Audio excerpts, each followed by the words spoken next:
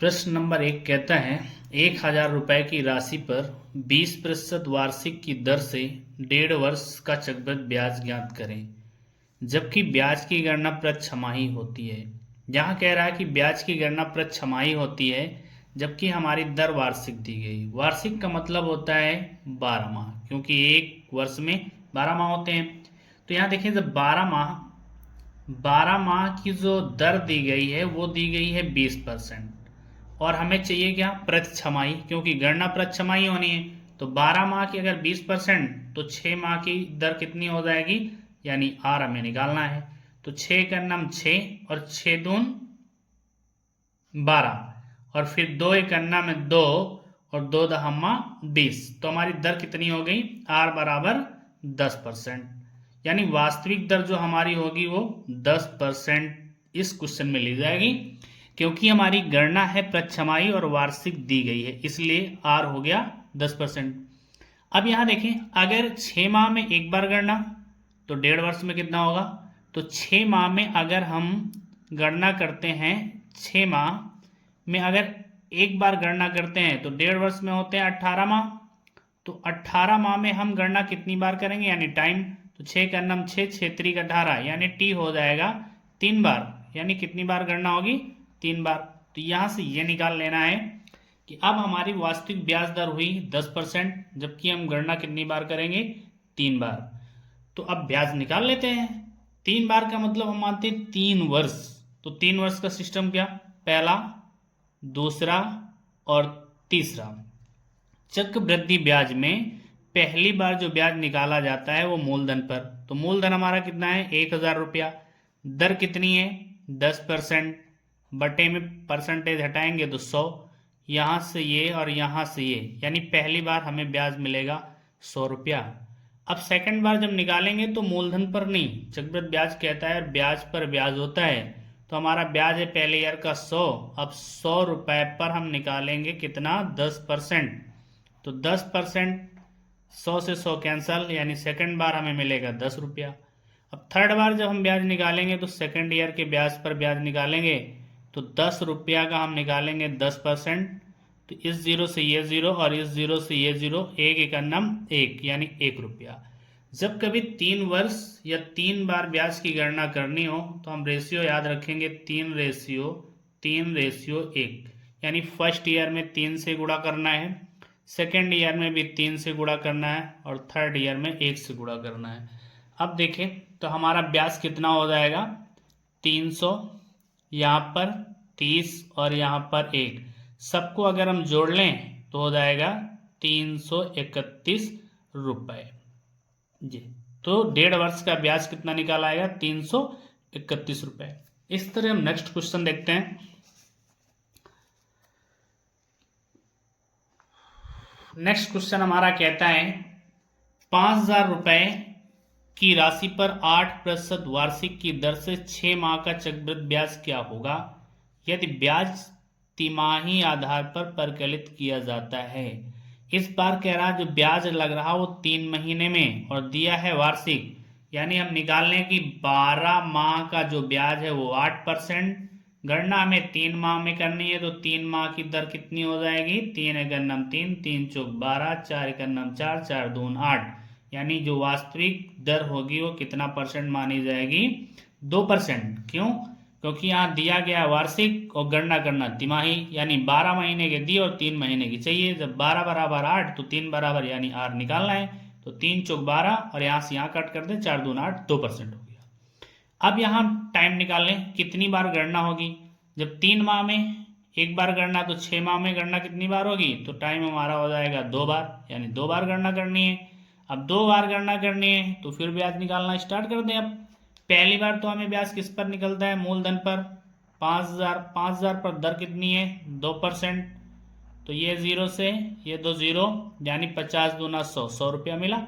Second year अब मूलधन पर तो गणना होगी नहीं, यानी सेकेंड ईयर हम शुरू कर देते हैं ब्याज पर ब्याज।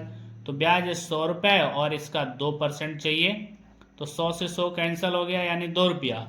और जब कभी दो की बात की जाए तो हमारा रेशियो होता है 2:1, यानी 2 साल या 2 बार। तो पहले में हम 2 से गुणा और दूसरे में 1 से गुणा, तो हमें मिलेगा कितना 200 रुपया और 2 रुपया, इस तरह कुल ब्याज हमारा हुआ 202 रुपए। प्रश्न नंबर 3 है हमारा कि 10% वार्षिक चक्रवृद्धि ब्याज पर 2000 रुपए कितने वर्षों में 2420 रुपए हो जाएंगे। यानी यहाँ पर हमें निकालना है टी, यानी टाइम कितना होगा। दर हमारी दी गई है 10%, मूलधन दिया गया है 2000 और मिश्र धन दिया गया है 2420 रुपए। जब भी ऐसे क्वेश्चन आते हैं तो देखें, सबसे पहले दर 10% दिया है, 10% को पहले सही कर लेते हैं कि 10% परसेंटेज हटाएंगे बटे में 100।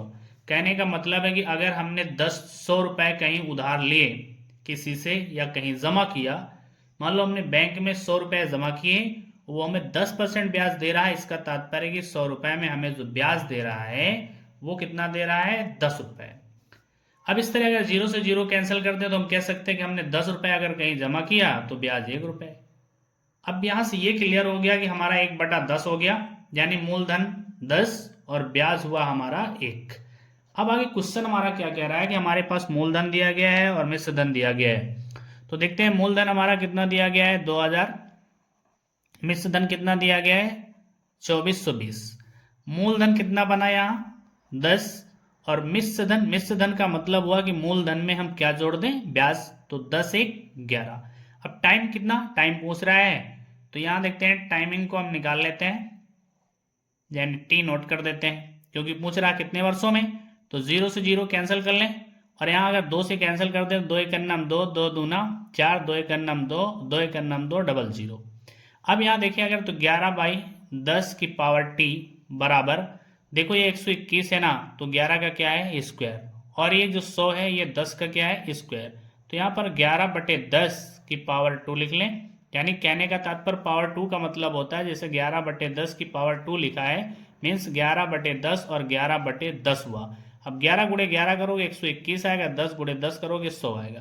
तो हम चाहे लिखें 121/100 या लिख दें 11/10 की पावर 2। तो यहाँ देखिए ये कैंसिल हो गया, यानी टी बराबर 2 वर्ष। तो 2 वर्षों में हमारी जो 2000 रुपए धनराशि है वो बढ़कर हो जाएगी 2420 रुपए। नेक्स्ट क्वेश्चन, नेक्स्ट क्वेश्चन कहता है कौन सी धनराशि 2 वर्षों में 4% वार्षिक चक्रवृद्धि ब्याज की दर से 1352 रुपए हो जाएगी। वही क्वेश्चन इस बार कह रहा है कि धनराशि बताओ। उस बार टाइम पूछ रहा था, इस बार धनराशि पूछ रहा है। तो हमारा 4% है ना, तो 4 और परसेंटेज का अगर हम साइन हटाते हैं तो बटे में हो जाएगा 100। कैंसल अगर हम कर लें तो, या फिर पहले समझ लें कि हमने 100 रुपए कहीं जमा किया तो वो हमें ब्याज दे रहा है 4 रुपए। अब इसको हम छोटा कर लें तो 4 एक नाम 4, 25 चौके 100 हुआ 1/25, यानी हमारा मूलधन बना 25 और ब्याज बना 1 रुपया। अब देखते हैं हमारे पास क्या क्या दिया गया है। हमारे पास मिश्र धन दिया हुआ है, दर तो हमने सही कर ली और टाइम दिया गया है। तो देखते हैं फिर सबसे पहले मिश्र धन नोट करते हैं कितना है 1352 रुपया, और मूलधन हमें निकालना है। तो मूलधन यहाँ पर कितना आ गया, क्योंकि 4% से जब हमने सॉल्व किया तो 4 से काटा तो 25, मूलधन बन गया हमारा 25 और मिश्र धन कितना हो जाएगा, मूलधन में ब्याज जोड़ दो तो मिश्र धन हो गया। पावर में टाइम कितना दिया गया है 2। अब हम यहाँ देखते हैं 26 का अगर स्क्वायर करेंगे तो स्क्वायर हमें अगर मैथ पढ़नी तो स्क्वायर याद रखना है। 26 का स्क्वायर होता है 26 और गुणे में 26 कुल मिला के होता है 676। तो यहाँ पे नोट कर लेते हैं 676 और बटे में 25 का स्क्वायर अगर, तो देखें जिन अंकों के अंत में 5 होता है ना, तो 5 का स्क्वायर कर दो, दहाई अंक को अगले अंक से गुणा कर दो, जैसे 2 है 2 आगे 3, 3 दूना 6 यानी 625। अब बराबर कितना दिया गया 352 और बटे में पी।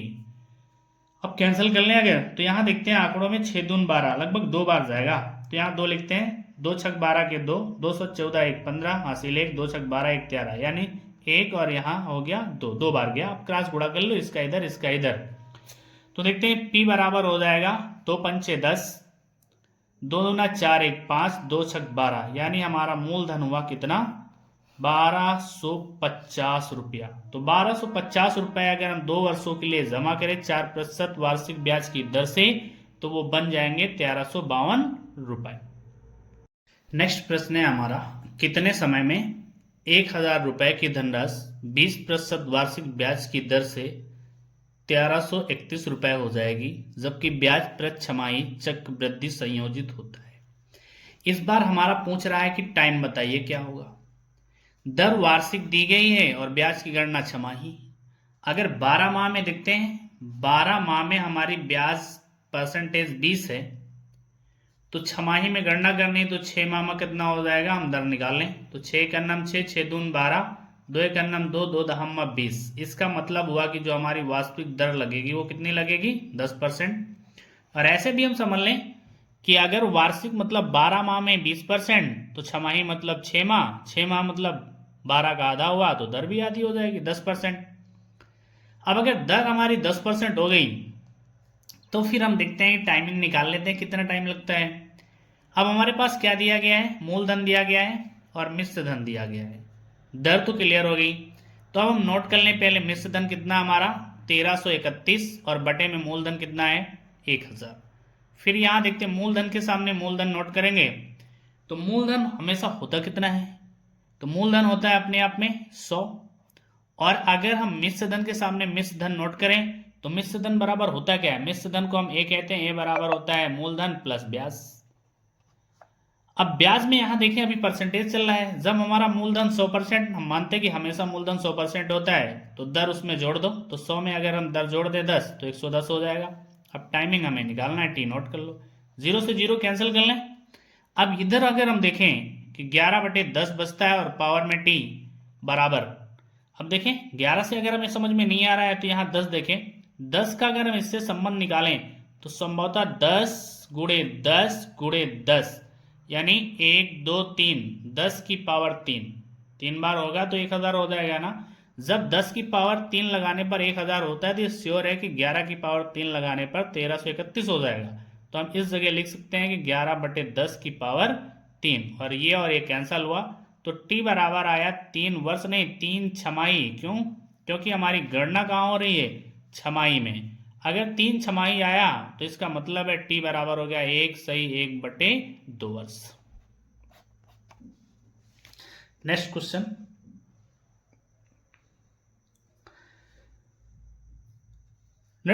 कहता है किसी धनराशि पर 5% वार्षिक ब्याज की दर से 3 वर्ष में 1261 रुपए चक्रवृद्धि ब्याज के रूप में प्राप्त होते हैं।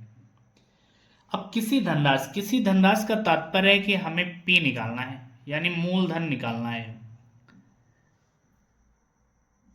अब कहते हैं धनराशि क्या होगी, यानी मूलधन निकालना है। तो सबसे पहले देखिए 5% है, 5% यानी दर हमारी दी गई है, टाइम दिया गया है, और यहां देखिए ब्याज दिया गया है इस बार। तो सबसे पहले हम परसेंटेज में ना ब्याज क्लियर कर लें। अगर 5% है, तो परसेंटेज हटाएंगे, बटे में 100 कर लेंगे। अब ये कहता है कि हमारा जो मूलधन है वो 100 रुपया और ब्याज कितना है 5 रुपया। अब अगर इसको हम कैंसिल करें, तो 5 करना 5, 5 दून 10, यानी 20। कह रहा है कि 1/20 आया, मीन्स हमारा मूलधन बन गया 20 और ब्याज बन गया 1। अगर हम 100 जमा करते हैं तो 5 रुपया ब्याज मिलता है, अगर इसको कैंसिल करते हैं तो वही हो गया कि 20 जमा करते हैं तो 1 रुपया ब्याज मिलता है। अब यहां से हम देखें, अब हमारे पास ब्याज दिया गया है और दर दी गई और टाइम दिया गया है, तो वही फार्मूला लगा लें। यहां पर हम मूलधन कितना है 20, इसको नोट कर देते हैं। ऊपर अब ब्याज को जोड़ दें, तो मूलधन 20 है, 20 में ब्याज जोड़े 21, बन गया मिश्र धन, और पावर में टाइम लिख लें। टाइम कितना दिया गया है 3 वर्ष। अब आगे देखते हैं, इसका स्क्वायरिंग कर लिया जाए। तो अगर 21 का क्यूब करोगे, तो 21 गुणे 21 गुणे 21 जो होता है 9261। ये याद कर लें। आपको अगर मैथ सीखनी है तो 30 तक क्यूब और 30 तक स्क्वायर याद रखने हैं। 20 का स्क्वायर 20 गुणे 20 गुणे 20, यानी 2 दूना 4, 4 दूना 8 और 3 0। तो यहाँ देखिए 20 का क्यूब जो होता है वो हो गया 8000, और 21 का क्यूब जो हो गया वो हो गया 9261 रुपया। अब देखिए हमारे पास क्लियर हो गया कि हमारा जो मिश्र धन निकला, मिश्र धन वो है 9261 और मूलधन हो गया 8000। हमारे पास दिया गया है ब्याज, तो दोनों को घटा ले अगर, तो ब्याज क्लियर हो जाएगा। तो देखिए 9261 में अगर हम 8000 घटाते हैं, 9,261 से अगर 8,000 घटाओ तो 1261 आता है। कहने का मतलब 1261 की वैल्यू कितनी दी गई है, 1261 रुपया। और मूलधन पूछ रहा है तो मूलधन है कितना हमारा 8, तो 8,000 की वैल्यू यानी मूलधन निकालना है। अब देखें इससे कैंसिल कर दें तो इस क्वेश्चन में हमारा मूलधन कितना रुपया है, 8,000 रुपया। देखें एक बार फिर वही क्वेश्चन है, लेकिन पिछली बार कहा था 3 साल का, इस बार कह रहा है 2 साल का। कह रहा है किसी धनराशि पर 2 वर्ष के लिए 15% की दर से चक्रवृद्धि ब्याज 3225 रुपये मिलता है। मूल राशि क्या होगी? तो सबसे पहले हम वही करते हैं कि जो हमारी दर दी गई 15%, ये कह रहा है कि 15% का तात्पर्य हुआ परसेंटेज हटाए तो 0। मीन्स हम अगर कहीं पर 100 रुपये जमा करते हैं तो ये कह रहा है कि हमें ब्याज मिल रहा है 15 रुपया। अब अगर इसको कैंसिल करें तो 5 3 15, 5 2 10 और 0। अब बना हमारे पास 3/20, मतलब हमारा मूलधन हो गया 20 रुपया और ब्याज हो गया 3 रुपया। अब हमारे पास ब्याज दिया गया है और 2 वर्ष की बात है, तो सबसे पहले हम इसको क्या करते हैं कि 2 साल है ना, तो 2 साल में तोड़ लें। तो पहले मूलधन की जगह मूलधन हम 20 नोट कर लेते हैं और फिर इसमें ब्याज जोड़ दें तो मिश्र धन बन जाएगा। मूलधन 20 और ब्याज जोड़ दें तो हो गया 23। तो अब कह रहा है कि मिश्र धन हमारा 23 हो गया और मूलधन कितना हो गया 20। 2 साल का है तो स्क्वायर कर लो। अब अगर स्क्वायर करेंगे ना तो 23 का जो स्क्वायर होता है वो होता है 23 और गुणे में 23, तो 23 इंटू 23 होता है 529 और 20 का होगा 20 गुणे 20 तो 400 रुपया। तो यहाँ नोट कर लें जो हमारा मिश्र धन बन रहा है वो मिश्र धन बन रहा है 23 का स्क्वायर 529 और बटे में 20 का स्क्वायर 400। देखें ये हो गया मिश्र धन और ये हो गया मूलधन। अब वास्तविकता में जो बात की जाए तो हमारा ब्याज कितना दिया गया 3225। अब अगर हम मिश्र धन से मूलधन घटा दें तो हमारा ब्याज आ जाएगा, तो घटा लें। 529 से अगर हम 400 घटाते हैं तो हमारा ब्याज आया 129। तो देखिए ब्याज है 129 और ब्याज की वैल्यू कितनी है 3,225 बटे में निकालना क्या हमें धनराशि, धनराशि का मतलब मूलधन, तो 400 की वैल्यू फाइंड करनी है यानी पी निकालना है। 129 बराबर अगर इतना है तो 400 बराबर पी निकालना है। अब डिवाइड कर लो। अगर हम डिवाइड कर लें यहाँ देखें 3 2 2 5 और 129, तो देखिए यहाँ पर लगभग 2 बार जाएगा, तो 2 9 18, 2 दूना 4 1 5 और 2 1 9 2। यहाँ से हासिल लाए 12, 12 से 8 गए 4, यहाँ 11, 11 से 5 गए 6 और यहाँ क्या बचता कुछ नहीं, आगे 5। अब देखें यहाँ पर 9 है और 5 यानी लगभग 5 बार ले जाएं तो 5 9 45 के 5, 5 2 10, 2 4 हासिल के 14 और 5 गन्ना 5 5 1 6 यानी 25। अगर हम इसको कैंसिल करें तो एक बार और ये 25 बार जाएगा। इधर गुणा करें ना तो P बराबर और यहाँ आ जाएगा 25 गुणे कितना आ जाएगा 400। तो अब देखते हैं कि हमारा जो मूलधन बनेगा 25 चौके कितना होता है 100 और 2 0 और यानी हमारा मूलधन होगा कितना 10,000 रुपए। कह रहा है कि वो धनराशि हमारी 10,000 रुपए होगी जिसे 2 वर्ष के लिए अगर जमा करें 15% ब्याज की दर से तो हमें कितना ब्याज देगा 3,225 रुपए। नेक्स्ट क्वेश्चन कहता है वो धनराशि कितनी होगी जो 5% वार्षिक की दर से दूसरे वर्ष 420 रुपए चक्रवृद्धि ब्याज प्राप्त कर सके। यहां क्वेश्चन देखिए क्या कह रहा, एक ऐसी धनराशि निकालें जो 5% के दर पर जमा की जाए 2 वर्षों के लिए, लेकिन यहां केवल बता रहा है कि दूसरे वर्ष का ब्याज बता रहा है। जब यहां पर केवल दूसरे वर्ष का ब्याज बता रहा है तो हमें क्या करना है कि 2 बार ब्याज ही निकाल लेना परसेंटेज में। तो चक्रवृद्धि ब्याज में पहले साल तो जितना परसेंटेज होता है वही ब्याज रहता है। सेकेंड ईयर में देखें जो ब्याज है वो तो रहेगा, पहले साल का जो ब्याज वो तो रहेगा प्लस ब्याज पर ब्याज रहेगा, यानी जो ब्याज है 5% उसका भी 5% तो बटे में 100। इस तरह 5 प्लस 25 और अगर हम 100 से डिवाइड करेंगे तो पॉइंट, इस तरह कुल मिला के हमें मिलेगा 5.25% ब्याज। अब ये क्लियर हो गया कि जो दूसरे वर्ष 420 रुपए मिला है ना वो परसेंटेज में है कितना 5.25 0.25 के बराबर। अब हमें निकालना है धनराशि यानी मूलधन, और मूलधन अपने आप में होता कितना 100%। तो यहां हम देख लेते हैं कि 5.25 की जो वैल्यू दी गई वो 420 रुपया दी गई। हमें मूलधन निकालना है, तो मूलधन होता है क्या है P, और मूलधन परसेंटेज में हमेशा याद रखें 100 होता है। अब यहां अगर अंश में 2 अंकों के बाद पॉइंट है ना, तो इसको हटा के हर में 2 जीरो बढ़ा लेने हैं। अब कैंसिल कर लें तो 25 चौके 100, 2 जीरो यहाँ, 25 दून 50, 2 और 5 25 भी बना, 25 से करना 25। यहां से अगर कैंसिल करें तो 21 से करना में 21, 21 दून 42 और ये 0। अब 1 से गुणा करेंगे तो P आएगा, और इधर गुणा करेंगे तो 400 इंटू में 20, तो P बराबर हो जाएगा 4 दून 8 और 3 0, यानी हमारी धनराशि कितने रुपए बनेगी 8,000 रुपए। तो 8,000 रुपए होंगे जिन्हें हम 5% वार्षिक ब्याज की दर से अगर जमा करें 2 वर्षों के लिए, तो दूसरे वर्ष वो हमें 420 रुपए ब्याज देगी।